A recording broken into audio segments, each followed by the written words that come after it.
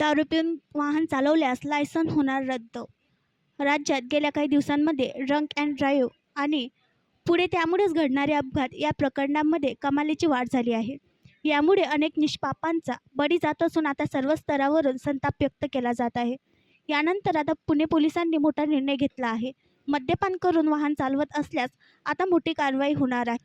पुण्यात वाढणाऱ्या drink and drive घटनांना आळा घालण्यासाठी पोलिसांकडून कठोर पावलं उचलायला सुरुवात झाली आहे. पुण्यात गेल्या 6 महिन्यांमध्ये 1684 जणांवर ड्रंक अँड ड्राईव्ह प्रकरणी गुन्हे दाखल करण्यात आले आहेत.